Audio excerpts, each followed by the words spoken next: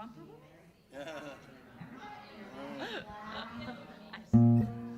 Oh, you're on. I see. What was it? They're streaming. Hey, y'all, we're playing Romper Room up here, so if you're too young to know what that is, just take a little trip back in time and have some fun with that. And welcome, everyone. Thanks for joining us at Unity in Naperville. And all of you watching online, we welcome you as well. No matter what time it is, thank you for bringing your energy into this spot. I'm grateful to have you here with us, not just to support me, but you're supporting one another, supporting Highest Good. Give them some love today because they're going to bring beautiful music. And grateful to all of our tech team and all of our volunteers that make this such a sweet space on Sundays. Bless you, bless you. Thank you.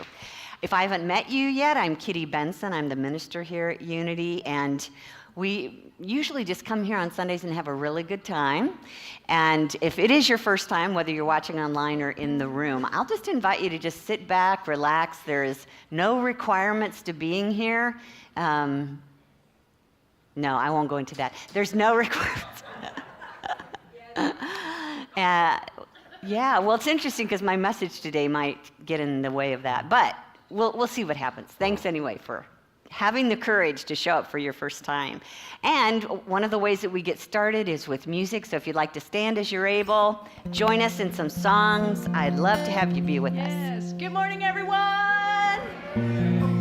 I was chatting in the front room with someone right before the service started, and she was talking about how it took kind of a while in her life to step into her magnificence. And I love that phrase. Are you ready to step into your magnificence right now? Yes. Let's do it, shall we? Yes. 1, 2, 3, 4.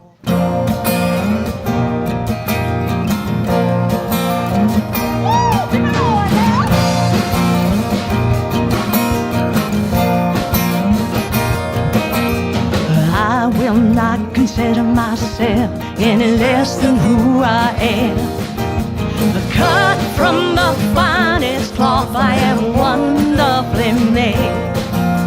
See here now, I got me the best suit on.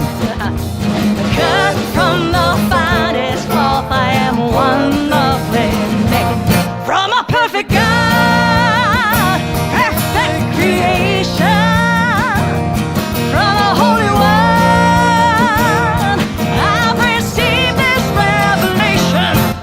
Perfect God, perfect creation, from the Holy One, I've received this revelation.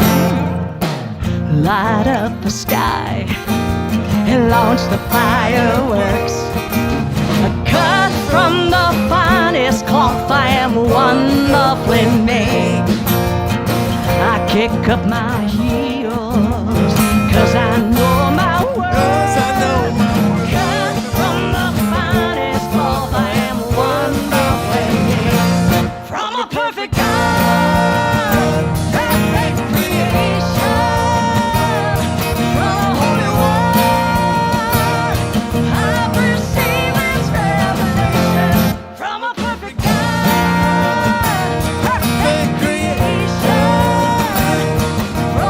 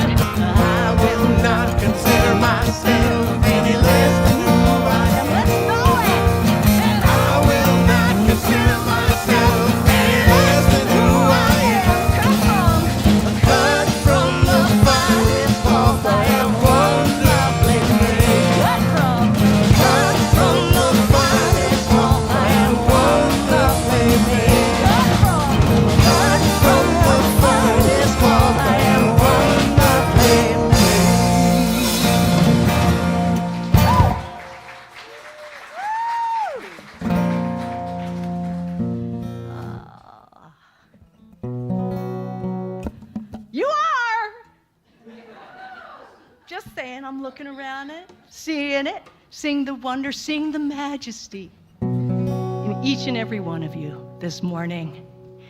And we can see the divine like everywhere, not only in each other, but isn't it true? We just walk outside, look up to the sky. This afternoon when we go to Herrick Lake, just look at that water and the trees and the land and behold God everywhere. Yes? Yes. Good.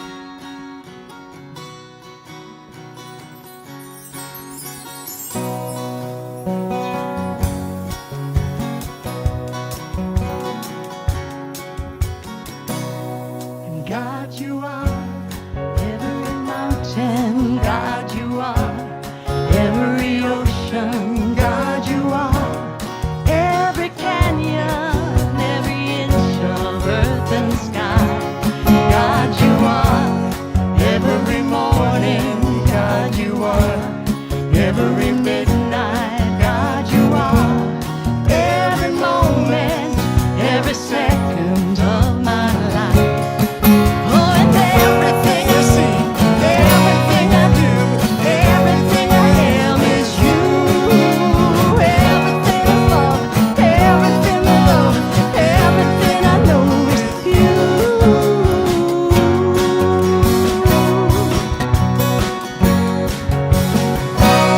And God, you are every sunrise. God, you are every moon glow. God, you are every star shine, every inch of earth and sky. God, you are every springtime. God, you are every snowfall. God, you are every season, every second of my life.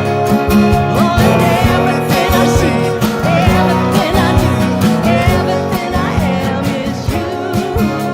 Everything I love, everything I love, everything I know is you. Everything I see, everything I do, everything I am is you. Everything above, everything below, everything I know is you.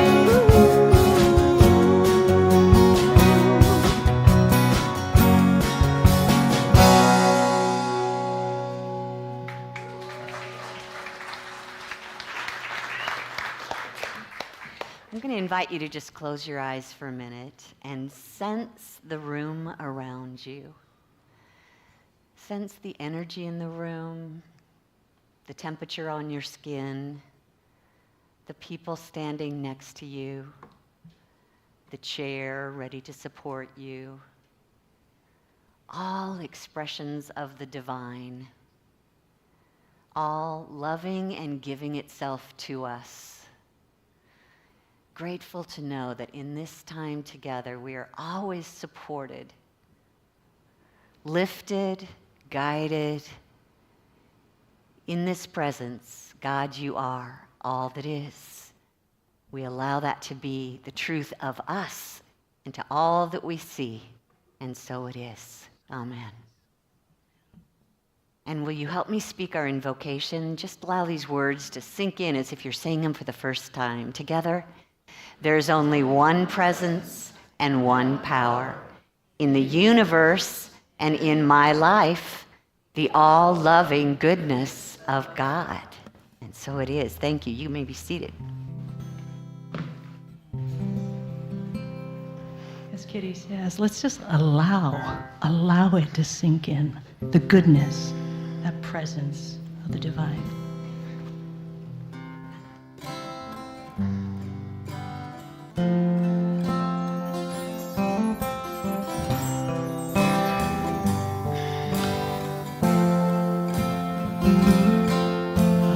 Allow goodness to come in. I'm ready to receive. Allow goodness to come in. I believe, I believe, I believe.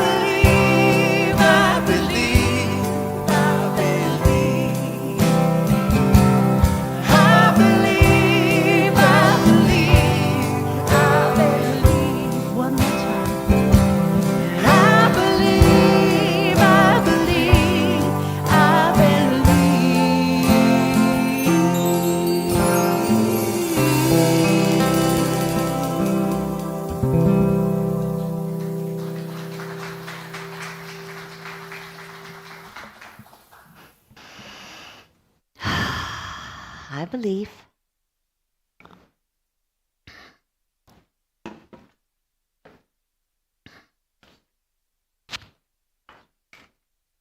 Was it just me, or were there people like this week?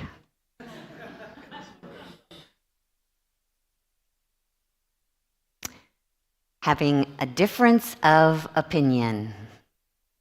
That happens every once in a while, doesn't it? I try to avoid just even knowing what's going on out there, which could be somebody sticking their head in the sand, I suppose. But I'm daring to talk about it today, and I won't go into a lot of detail on a large scale. But let's see if I understand this correctly. There was at least one kind of right-wing conservative ultra activist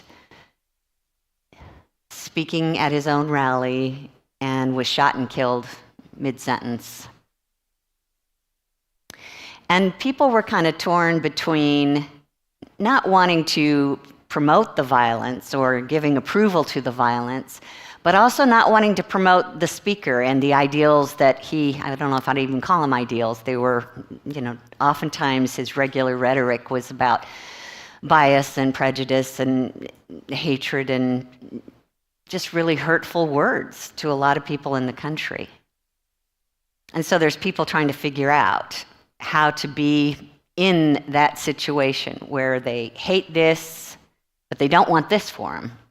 Anybody see any of those stories or articles or have that experience yourself? Yeah.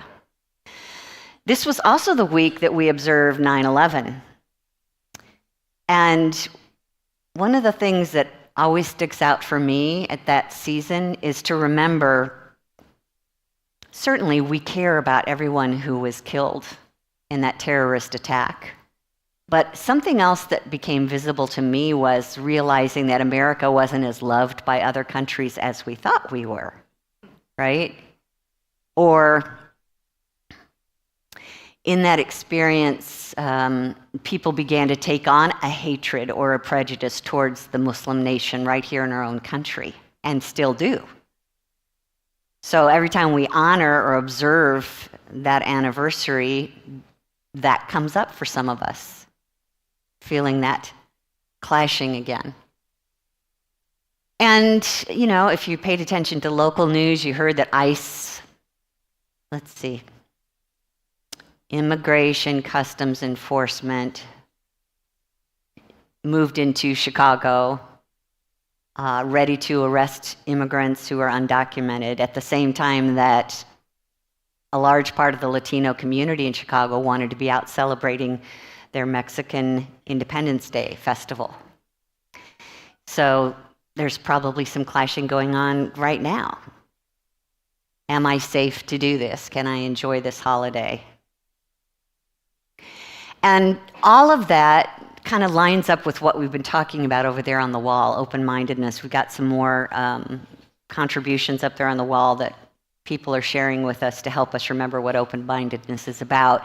We started by talking about being open-minded about what God is, and open-minded about death, and open-minded about our own individual selves. But today is probably one of the most important topics, and that's being open-minded with other individuals, especially when we have a difference with one another. And most of the time, our humanity wants to go through life wishing everybody would just be like me. Isn't that easier when they all think like me? So today when I talk about differences with others, I'm not talking about those who are committing crimes or abuse. I'm talking more about just those everyday differences where we make different kinds of choices from one another. We have a different way of being from one another. And yet we can still get pretty ticked off about it, right? If there's somebody who does things differently, then it's pretty easy for us to get the energy churning in us, and it's hard to open our minds. Can you think of some reason why the ego does not want to open our mind to somebody else? What's its fears? Safety? Rejection? The unknown? Conflict? I think a common one too is that if I'm good to them, they might take what's good for me. There may not be enough to go around. And so we kind of shut down. Or if we just have different morals or values from one another, the way that you live, I don't approve of, I can't open my mind to that. I have to stand my ground. Because if I let you live the way you want to live and it's different from me, I don't know what we think will happen. What will we think will happen? Yeah, it's kind of confusing, isn't it? We just know we can't let them do that. And a lot of times, if we say, okay, you can have your way, then it's like admitting that they're right, which means I'm wrong. We can't have that. I can never be wrong. Sound familiar? So just keep in mind that whenever there's some negative energy coming up between us and someone else, for ourselves, I'm just going to offer that there could be some form of what we call error belief in our consciousness that's standing behind our own behavior. Like, they hold my good in their hands. They have power over me. There's only so much limited good. If they decide that I can't be the way I want to be, then I'm in trouble. There's beliefs about how we can't both win, and I depend on you to make sure that I get what I need. And that rarely works out when you think differently. So now we've got this error belief going that's driving this behavior, which is just adding to the clash, deepening the divisiveness between us. And for me to come in and say, could you just open your mind for a minute? It's like, are you crazy? That's too threatening. So how do we convince ourselves to open our mind? There's three main scenarios, I think, that are an opportunity for us to do that I want to go through today. The most obvious one is when we do get into conflict with one another. So it could be the form of conflict where I don't like the way you vote, or I don't like your social values. So it kind of has some deep meaning for us, but it's not illegal what they're doing. You know what I mean? Yeah. So it can feel pretty threatening, and our goal is to do everything that we can to control them and get them down underneath our grip so that they're behaving like we do and thinking like we do. Because if they win the vote, that means I don't win the vote. I don't get my way. And that can really rub us the wrong way. There's also, in that belief, there's also the truth.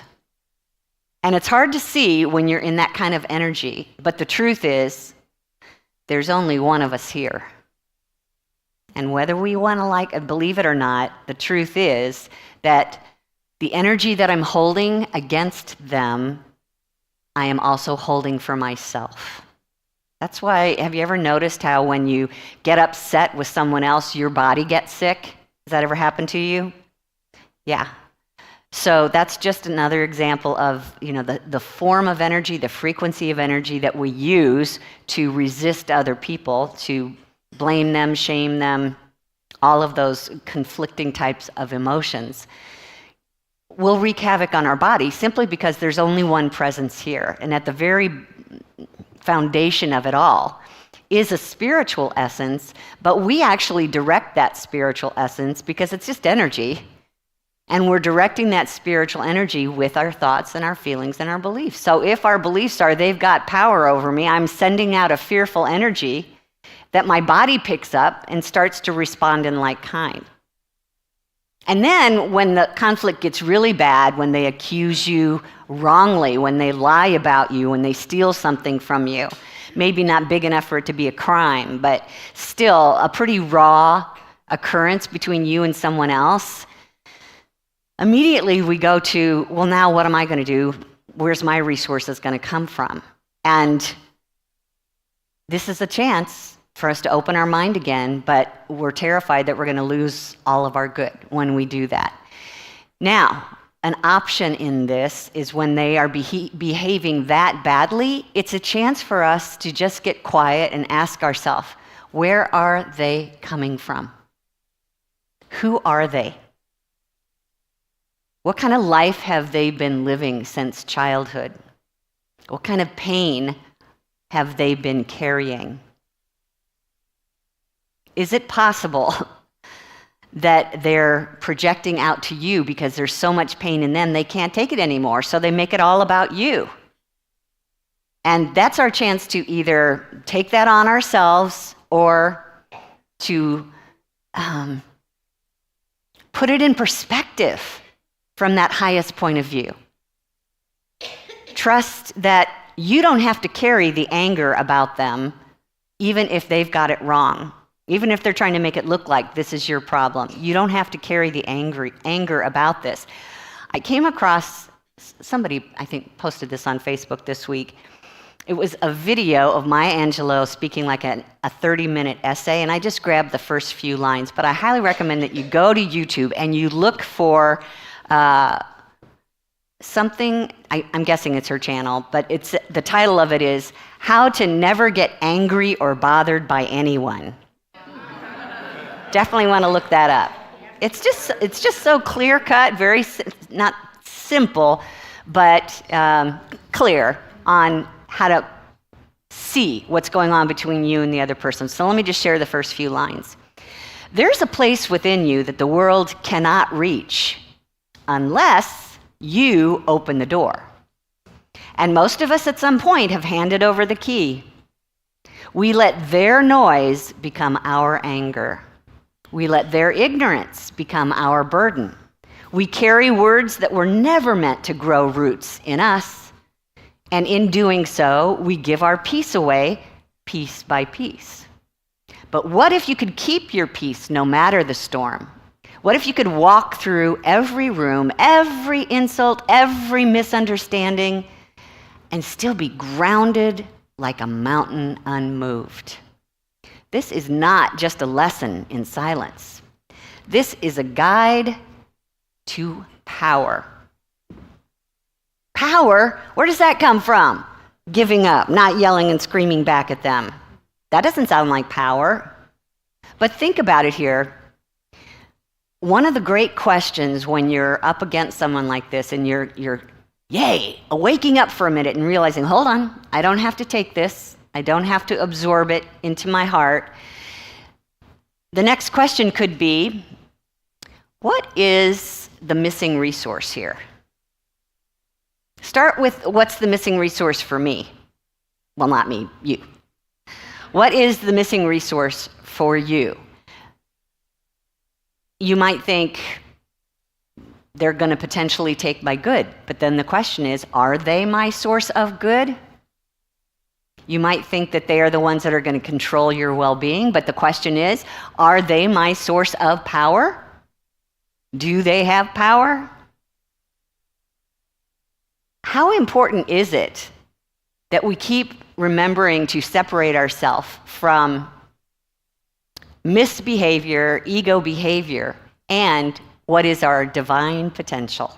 We do not have to settle into that kind of behavior, nor do we have to take it personally, because they are not the provider of our good. And they have no power over us. Even, I can say this freely because it's not happening to me, and others of you might roll your eyes, but I want you to hear this. I want you to hear this.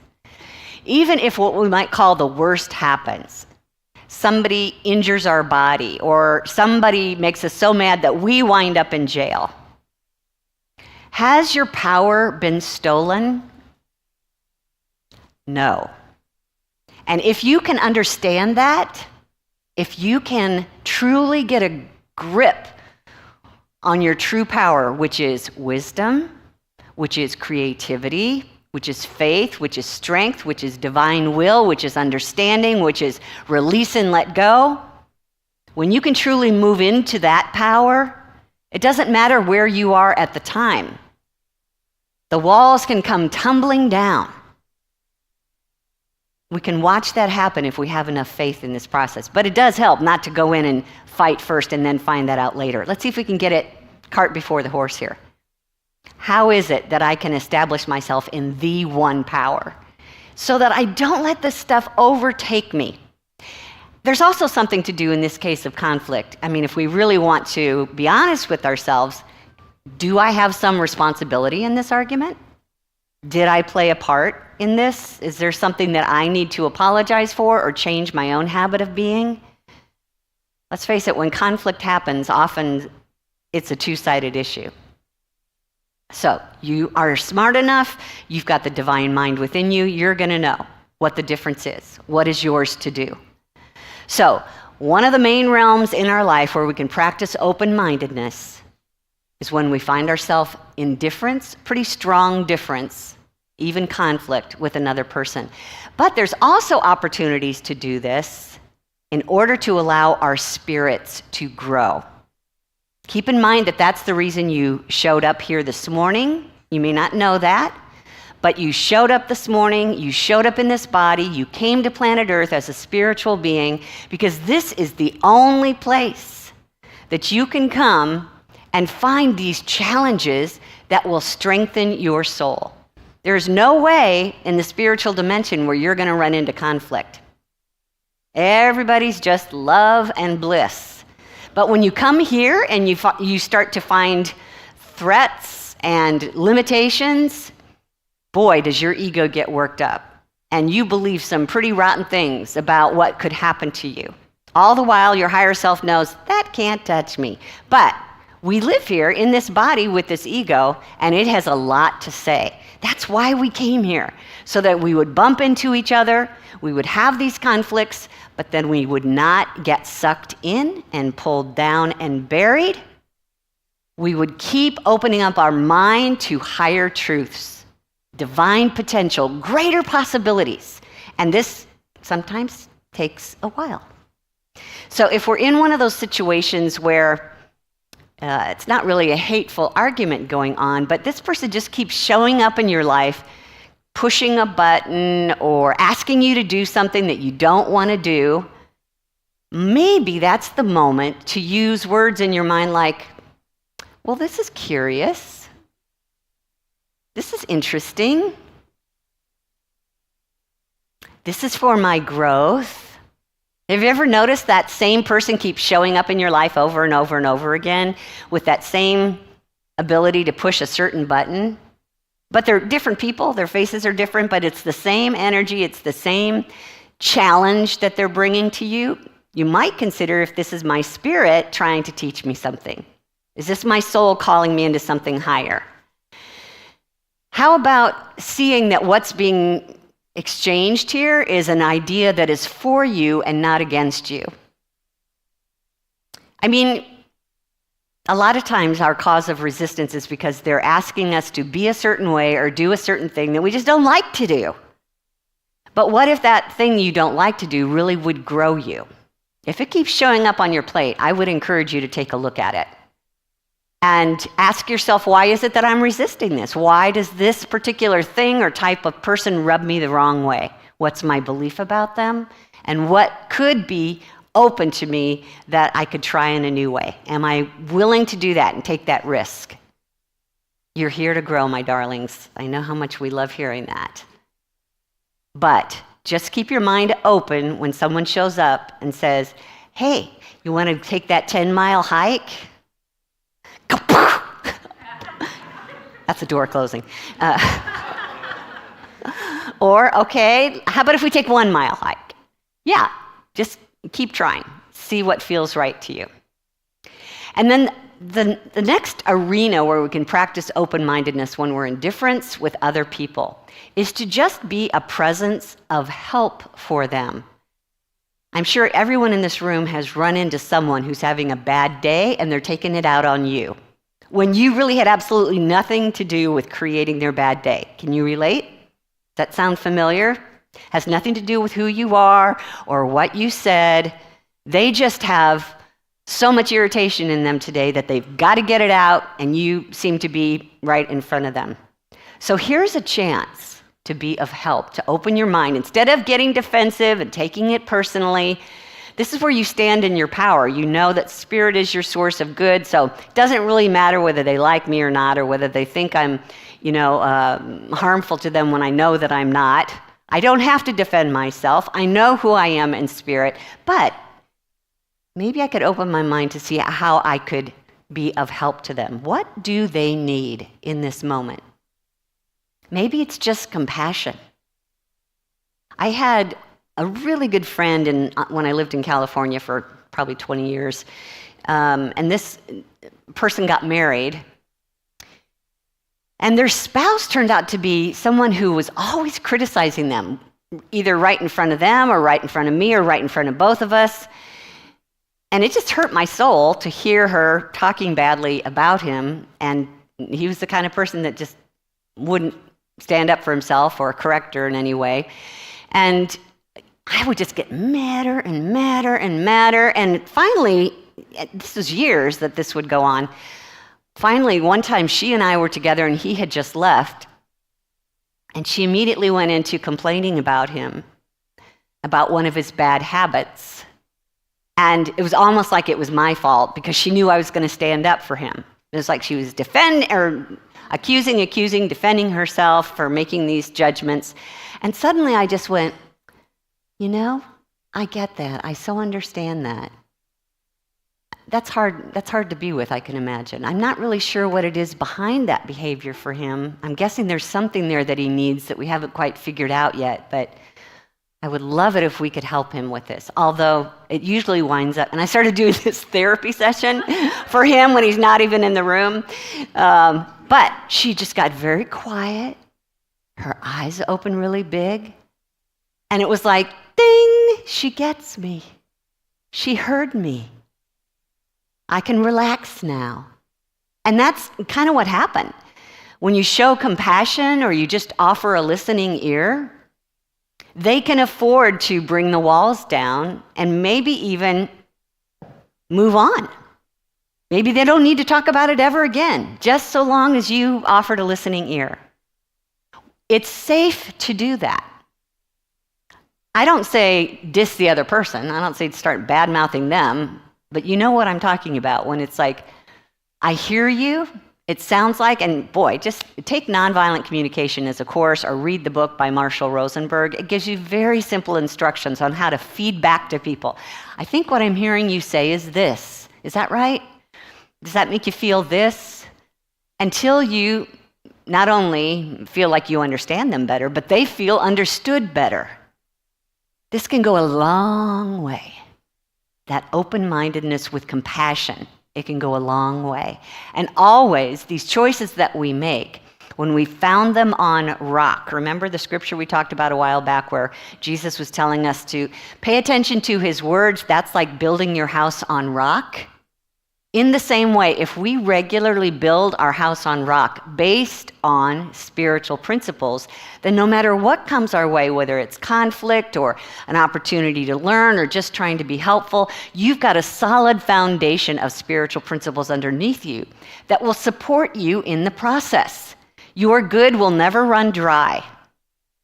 And just because your point of view is different from them doesn't mean that you can't both have them without both of you getting what you need. Not probably from each other, but allowing each other to have their preferences is huge. Because our natural state is connection. Our natural energy is love. And if we can live from our natural state, then whatever happens between us and them will wind up being a healing experience rather than more conflict. Yes, every single one of us see the world differently. We were designed that way by the divine mind to be unique. And at the same time, there's only one spirit here. So, am I willing to open my mind to hear other thoughts, to see how I can be of help, to see if I've contributed to this in some way that I might want to take responsibility for, to see if there's something that I'm misunderstanding, that I need more information for? I mean, one of your most challenging responses to somebody when they start going in for you is, tell me more. Did you just feel the hair stand up on the back of your neck? Tell me more is one of the greatest ways to open minds, is because they hear that you're hearing them. They hear that you're willing to hear even more. And you can afford to do that. You can take this interchange because you know they're not your power and they're not your source. That no matter how they respond to you or what they end up thinking about you, you are still provided for. You are still the very essence of the divine. Nothing and no one can stand between you and that truth, unless you do. If you're always so busy about what's in it for me, why should I do that unless I get something out of it?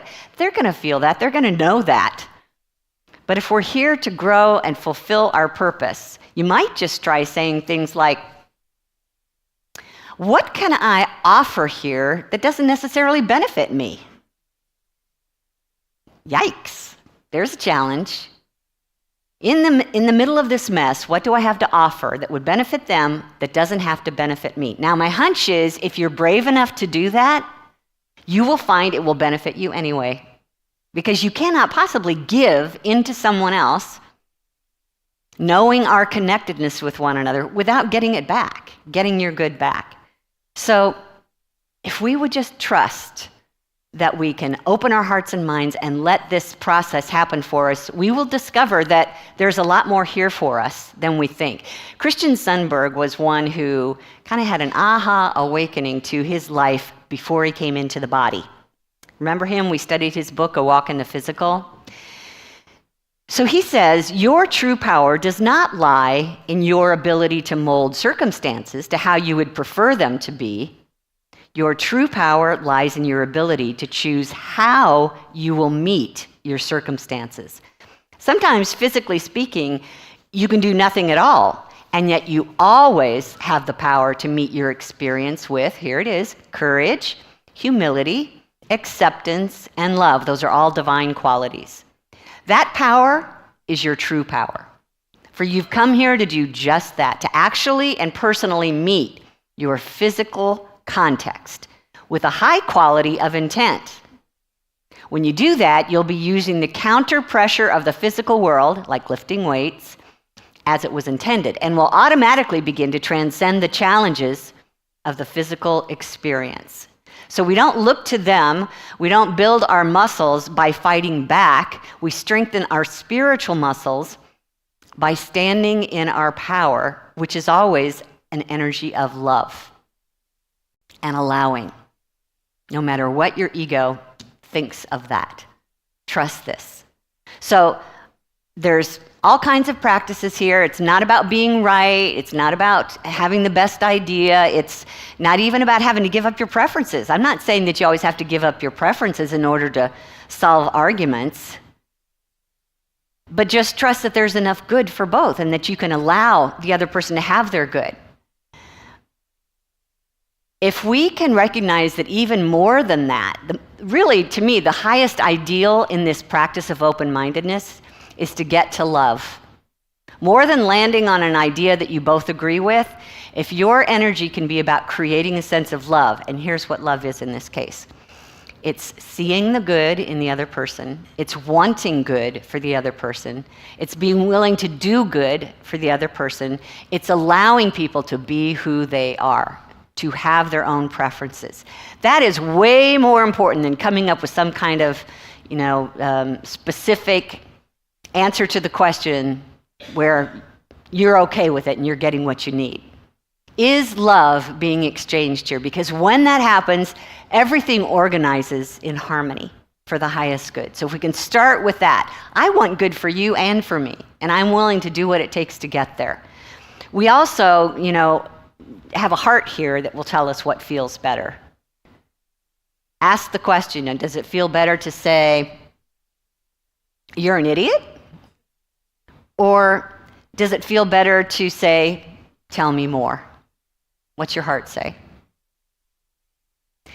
Does it feel better to be right or to be happy? To be right or to be kind? Your heart will tell you.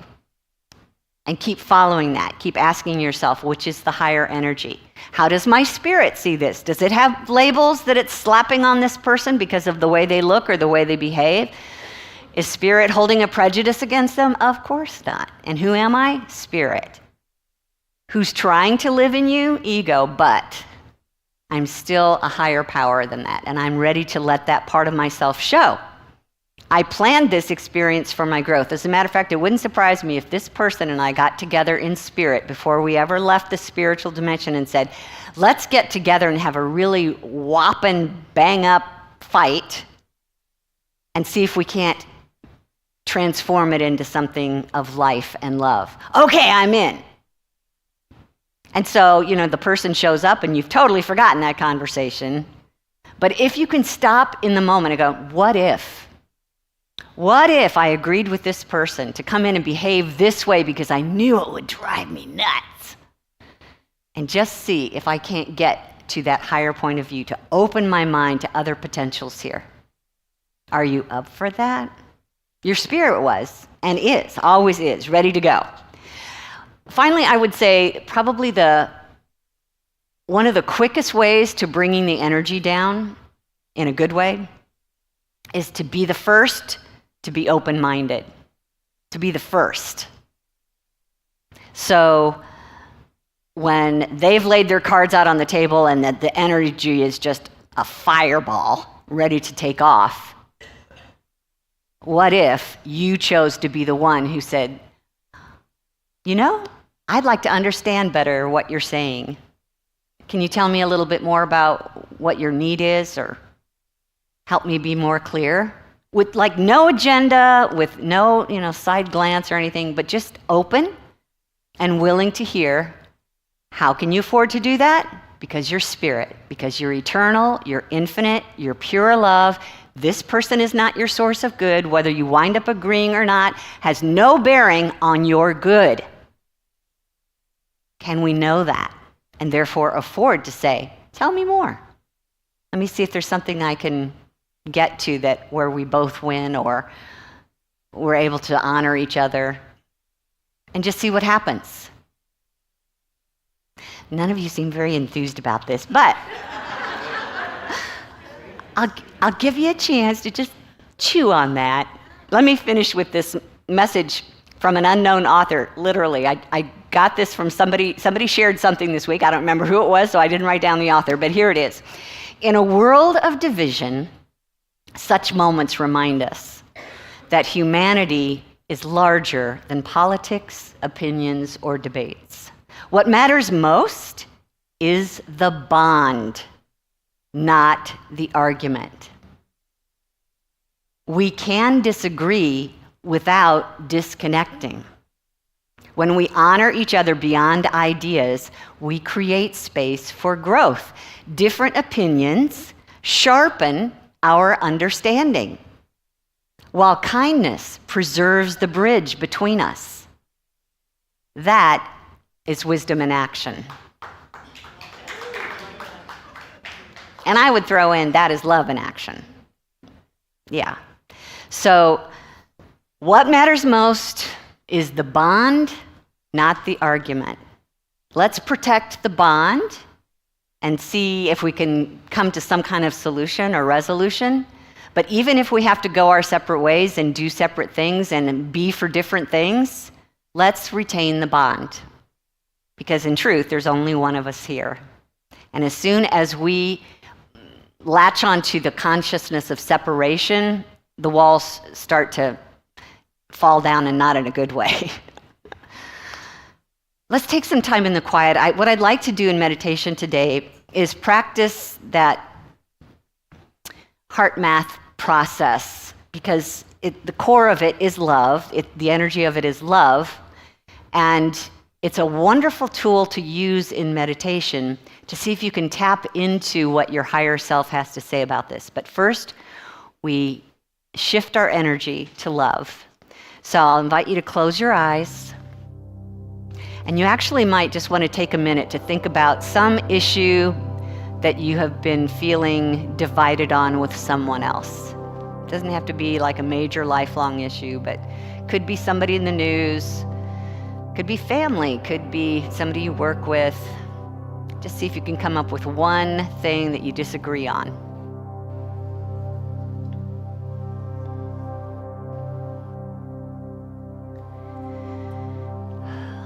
Pretend like you got your cell phone and you're going to take a picture of that issue, that person, and set it on the shelf now. Set it aside, out of sight.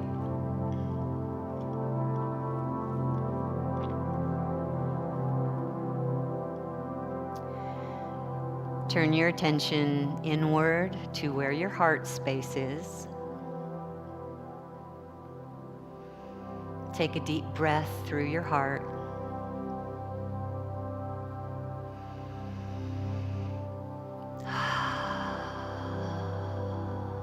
Imagine that place at your center as the very doorway to the fullest part of love and the fullest part of spirit.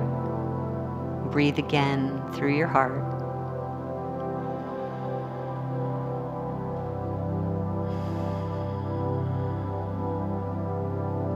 Feel your connectedness to spirit.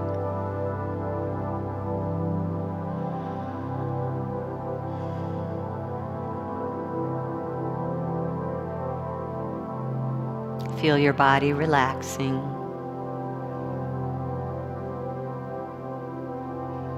And with your attention in your heart,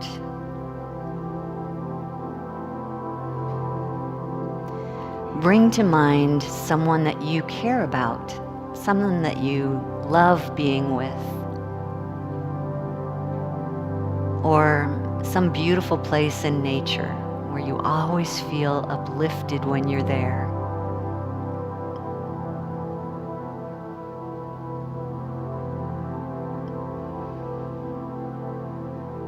Feel that very joy coming back to you as if you're with that person or you're in that place. Just rest there for a few moments, feeling that goodness, that love, that appreciation. Keep bringing yourself back to that.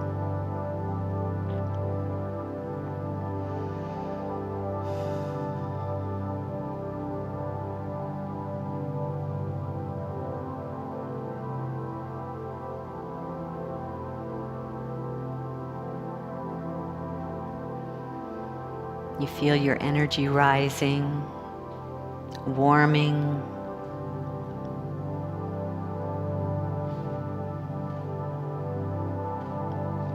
Coming back to that person or that location, maybe even a pet. You're filled with warm fuzzies.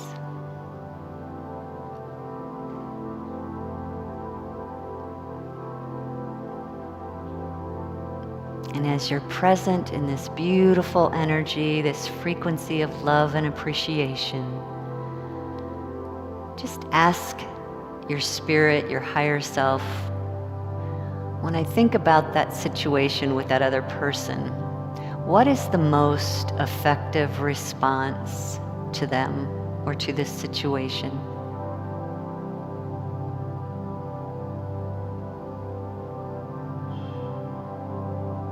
Just listen.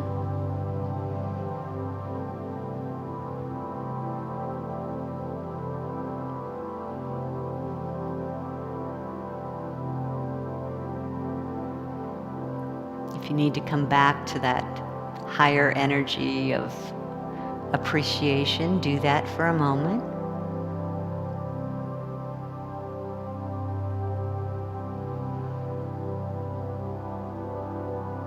And back to the question, what's the most effective response to this difference?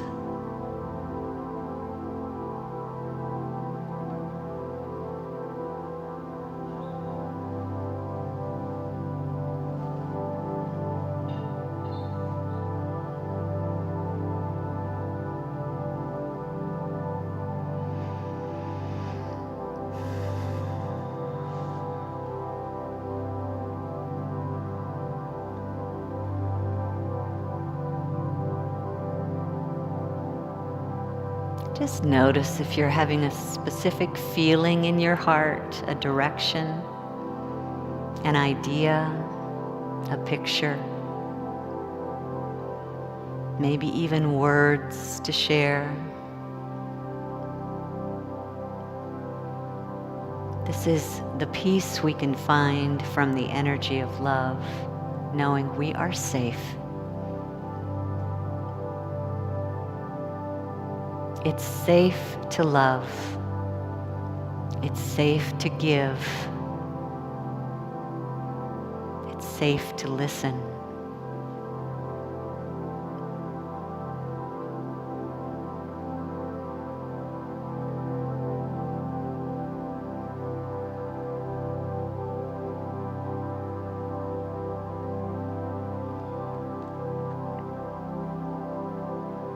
If we haven't quite landed on an answer, a result, we just trust that we can ask again later, knowing that Spirit is always ready to show us the way. And trusting in this moment, right now, we can let go and let love. I let go and I let love. And all things work together for good.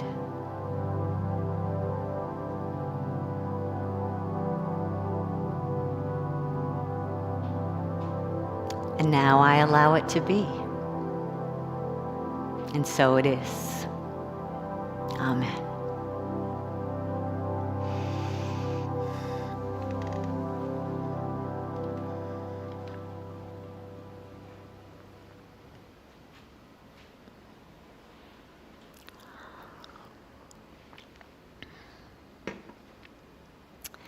That was a mouthful, huh?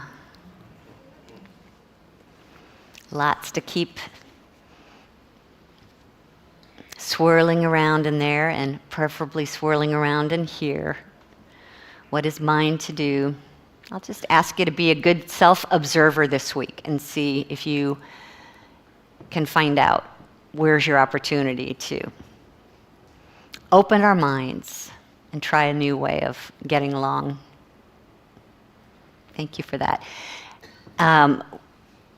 Next week, we're going to finish with being open-minded about, I'll just say stuff, being open-minded about stuff. Stuff. Open-minded about the things in our life. You know, so much of what we face is that concept of not enough. Yeah, and we can tell ourselves all kinds of stories about why it's limited and how worried I should be. So we're going to look at that from an open-minded point of view and see if there's a softer way to approach our life, just getting along with what our needs are. You up for that? Okay, good. So we're at that time in our service we share stuff. This is our chance to share our tithes and our love offerings. Just another way to say, yes, this community serves me. I want this community to be sustained, and I'm willing to contribute to that. So all of you here in the room, watching online, thank you for your support. If you're watching online, you can go to our website to donate at unityinnaperville.org. Or if you'd like to mail checks, it's our P.O. Box 9733 in Naperville, 60567. And bless you to all of you who have already set up your automatic giving. And if you haven't learned it yet, there's a little card out at the front door when you come in that gives you a tangible way. It says a blessing on it for you for your gift that you've already set up, and just leave it in the basket today, and you're tangibly participating in that blessing. So that's up to you if you'd like to do that. So I'll call our ushers to come forward, and let's sing.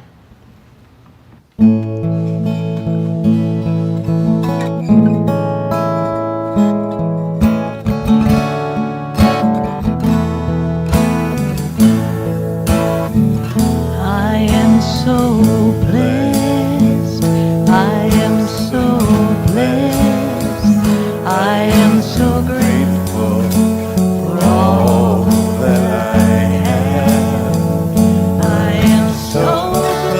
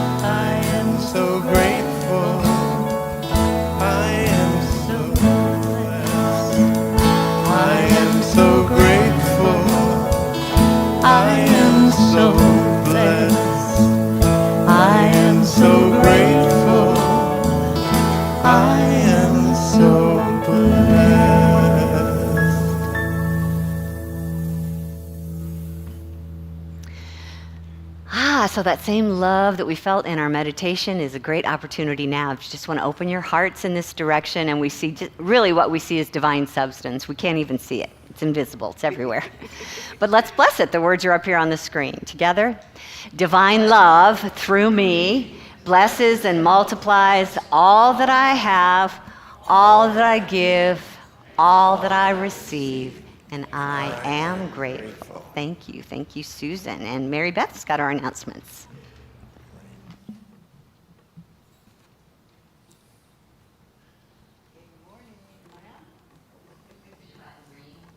It's me. Hello. Yeah, the button's green. Oh, there I am. Woo! Hi, guys. Hello. Hi, Unity community. I'm Mary Beth, and it's my great pleasure to give you your announcements today. If you are joining us for the first time, welcome, welcome. You picked a great Sunday because we are going to be doing picnic after church. Yeah. And if you're joining us for the first time online, we're so grateful that you are here. If you're in person, we have an orange registration card out on the table in the welcoming area. If you'd fill that out, we can keep you informed about what are going on here, including me. And if you're online, please go online and you can fill out a little application, registration, thank you, words, I need words. Registration, and we will send you the information for our weekly e-news at unityinnaperville.org. Again, today is our picnic after service at Herrick Lake Forest Preserve, which is so beautiful. You've got to come out. It's a gorgeous day. Isn't it a perfect day for a picnic? Unity will provide an entree and the drinks, and the Men's Unity Group is hosting yay guys! Don't you just love we can say a Men's Unity Group? This is so cool. Thank you, men. And they're going to host a 50-50 raffle to help fund the picnic. Tickets are $2 each or 3 for $5. You can purchase those tickets today, and the winner will be drawn at the picnic. Monday morning metaphysics will meet. Those tickets available here or just at the picnic? I don't know. Who knows? Guys, are the both? Can we get tickets here and at the picnic? Here and at the picnic, double header. So you got lots of chances. Are you taking credit cards here for the tickets? Just cash? Cash only for the tickets, okay? So hit somebody up if you need money and pay them back later.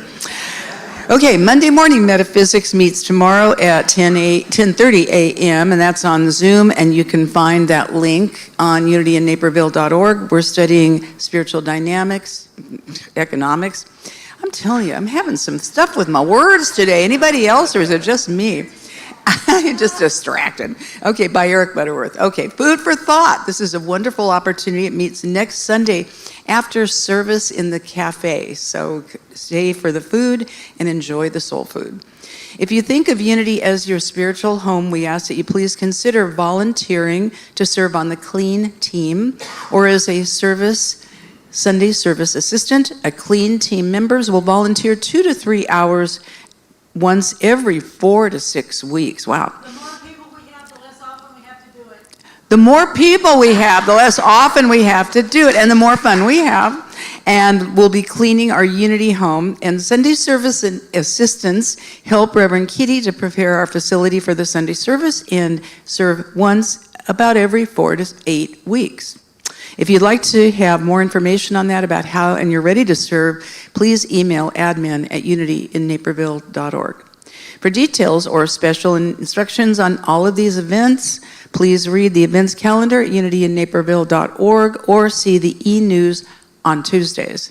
And today our prayer chaplain is Mary Allred, and she is available to pray with you. Yeah, thank you, Mary.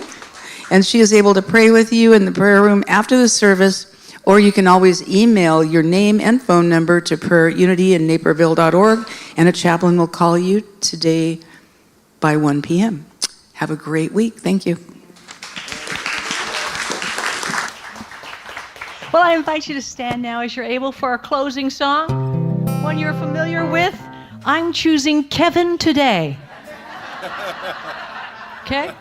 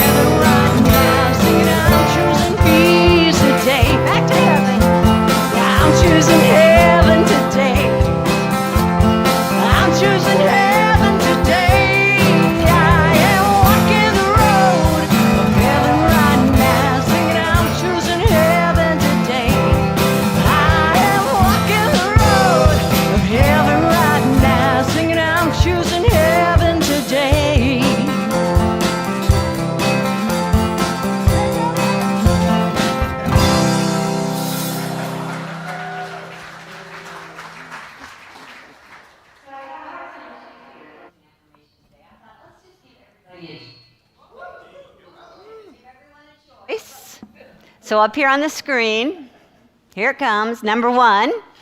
This is our closing affirmation for the week that we can use when we are facing a division between us. Let's say it together. Thank you for sharing. Okay, see, that's easy. You know, you don't have to agree or disagree. Or we could also choose together.